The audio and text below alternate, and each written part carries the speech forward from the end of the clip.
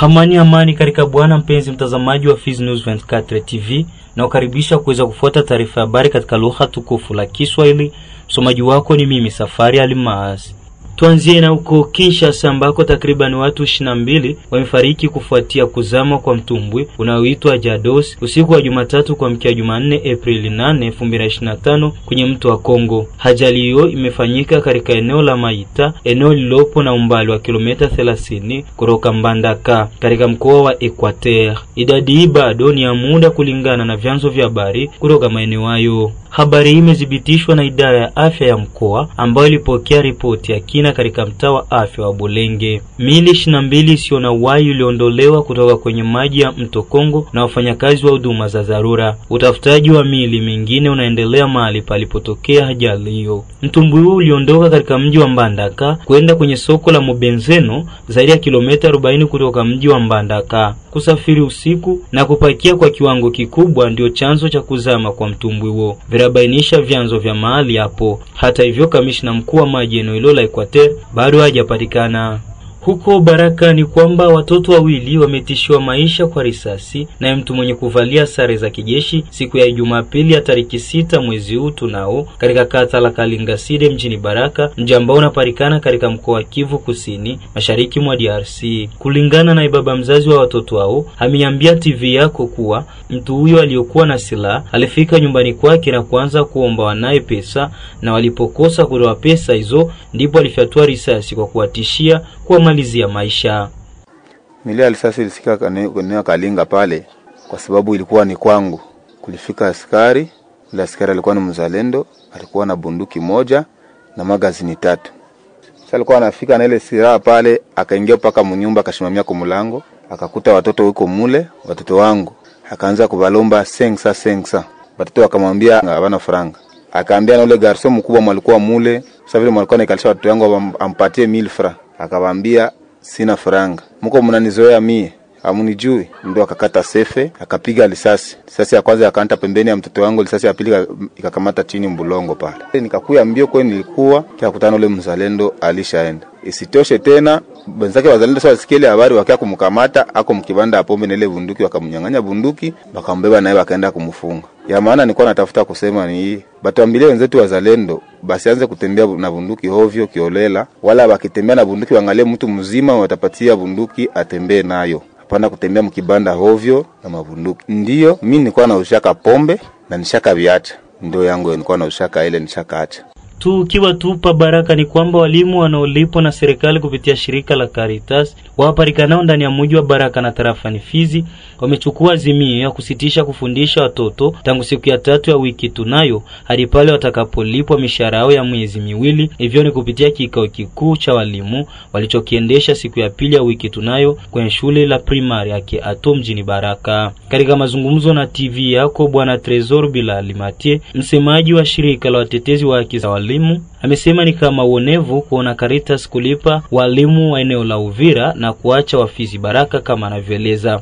Tulikuwa sindika 3, Sinecat, maana yake sindika wa mwalimu wa école catholique, tulikuwa na Sieko, syndicat des enseignants du Congo, tulikuwa pia na SEC, syndicat des enseignants de carrière. Tuliitisha wa mwalimu kufuatana na hali ngumu ambayo ba mwalimu bako napitia ndani kufuatana na malipo ya pesa, sababu tangu mwezi wa pili hadi leo ba mwalimu abajapokea pesa zao. Sasa ba mwalimu kufuatana na ile balisema kwamba bakutanane na kamatiwe maamuzi kufuatana na hali kama na hiyo. Ndio territoire ya Fizi na territoire ya Uvira tuko tofauti kidogo. Ba mwalimu ba territoire ya Uvira ndio bashakapokea, na ba mwalimu bachache sana bawezi fika 3% benye bashapokea, bali banapokea kutembe. Sasa ba mwalimu ya Caritas ndio benye bayapokea makuta. Ndio vile ba mwalimu balisema kama vile kaoneo ba moya bapokee surtout ba Uvira na boba Fizi bako banatumika kila siku malgré hii psychose yenye iko hii hali yenye inajulikana ya insécurité, lakini ba mwalimu bako najidone courage aname conscience kwenda kufundisha batoto. Sasa kufatana na ile ba mwalimu baliweza kusema ya kwamba bana suspendre cours, banaacha kwanza kufundisha mpaka pale ambapo serikali taweza kulipa ile mishahara ya miezi yao miwili yote pamoja, yani mwezi wa pili na mwezi wa 3. Yaani serikali ikilipa mwezi mmoja, ba mwalimu batendelea kuzidi kubaki manyumbani kwao hadi pale ambapo serikali itawapa mishahara yote ya miezi miwili. Upande mwingine, Tresor Bilali Matie amewataka wazazi kubaki na watoto wao manyumbani hadi pale ambako walimu watalipwa mishahara yao ya miezi miwili kama kawaida. Huyu hapa tumsikilize mara tena.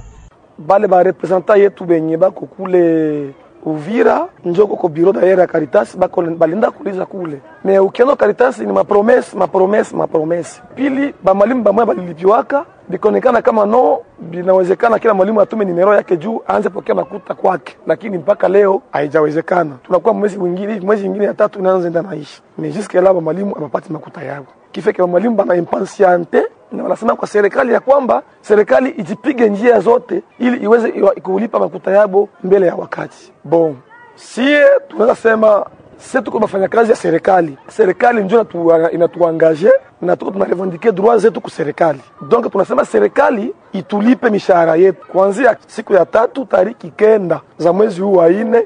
Ba mwalimu bali décider dans l'ensemble ya kwamba bana suspendre kwanza activité ya masomo mpaka pale ambapo batagusa pesa na mikono zao. Si tena maadi ya kwamba subiri kidogo masaa 48 mtalipwa mishahara yenu. Ndio walimu wale ambao wanalipwa na Caritas, juu nakwambia kama bale ndio bana representer presque 95% ya walimu wenye wako wanatumika Fizi wenye wanalipiwa na Caritas. Sasa ndio bana decide kama a partir ya leo kila mzazi achunge mtoto wake nyumbani na kila mwalimu abaki pia nyumbani. Watajulishwa tena kupitia vyombo vya habari kwamba walimu watarudi shule zote kwa ujumla, za kisekondari na za primari.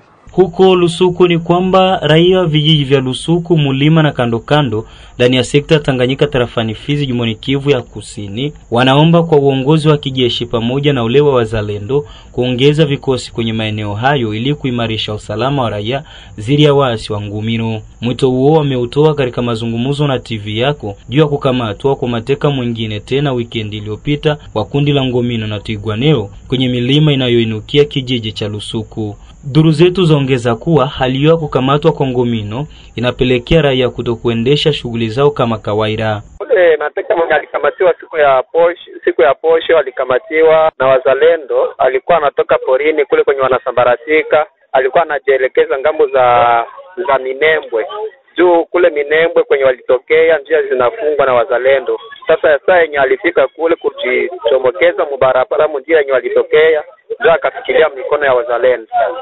Ni mupori yule alusuku. Sasa wanaita Nkoko. Ni chini tu ya Shene de Mitumba, ni chini ya Mshene de Mitumba. Alikuwa bado hayaingia Mshene de Mitumba. Baadhi ya kumshika walimuelekeza kwenye huko serikali. Sasa serikali ndio ilimsambisha tujue sasa kenye alisema kule kwa serikali. Tayari alishakuwa mikono ya serikali. Kwa hali huko ingali makosa juu mpaka hivi raia yakuwa mwingine, watu wanasabika huko na kule. Hiyo hali kabisa inatishia watu mpaka hivi hakuchakuwa sawa. Ndiyo ni madhara kabisa juu wanawake wanaogopa hata kuenda shambani wasicho akakuta wale wa Ngumino kule kwa mashamba, sababu wanasambaratika mashamba mapori. Hivi wanawake kabisa wanaogopa sana kwenda mashamba ngambo hizo zenye wa Ngumino wanasambaratika. Ndiyo wazalendo pamoja na serikali ya Kongo wiko tu mawindo, wanawinda tu kuwatafuta kila mara huko, anaenda huko kupori kwa watafuta, baada waona nafasi kwenye wanavitamia kabisa. Sisi kama vile wananchi tunapenda serikali tu izidi kutuma foro ngambo za huko na waangalie kisi ya kupasua njia waingie Minembwe juu ngambo za huko chini watu wakuwe na usalama mzuri, kwa sababu kama serikali yashika Minembwe ngambo za Lusuku kwa Mulima usalama kabisa utakuwa na zorota kila mara. Ndiyo kabisa kunjia chakula na shughuli zingine kabisa vitu inatomboka, hata sukari inapanda, kila kitu kinapanda bei ngambo za huko. Hata dawa watu wanahangaika na matunzo vingine, kila kitu kabisa kinaharibika. Ndio watu wanakimbia, waliogopa porini kwa sababu ya hali ya mvula. Watu wanakimbilia kwanza Kanguli na Kiele ndio kwenye watu walikuwa wanajielekeza. Na watu wa Mulima wanajielekeza kwanza Lumanya, Kichanga, Kichula, wengine wanasimamia hapa Mukera. Tumalizie na katika mji wa Uvira ambako kamanda wa kundi la wazalendo linaloongozwa naye Makanaki Kasimbira John ameomba kwa viongozi wengine wa kundi za wazalendo kuweka mizamu kwenye vikundi wanavyoviongoza ili kupiganisha hali mbaya inayoonekana kwa wazalendo. Akitoa ujumbe huo akiwa mjini Uvira, kamanda Makanaki Kasimbira amesema ni vema wazalendo kuonyesha mfano mzuri kwa raia wanaowategemea kama alivyoeleza kwenye TV yako. Viongozi wa wazalendo tuwe na hekima. Tuwe na hekima sana, tuwe na hekima. Kiongozi akwaki naongozewa na jeshi. Kiongozi anapasha ongoza jeshi. Basoda basi tuongoze. Sie ndio tuongoze basoda. Tusiotorize basoda bakwe banalewa. Hii mabulevi ndio natuletea mashida. Tukataze basoda bulevi. Tukataze watu ya kwenda nafanya madesordre mabarabara, kwenda naleta madesordre kuma depo. Tukwenda nyanyanyasa watu kuma depo. Kunini? Tujikomporte kama viongozi. Tufanye kazi lakini na upendo.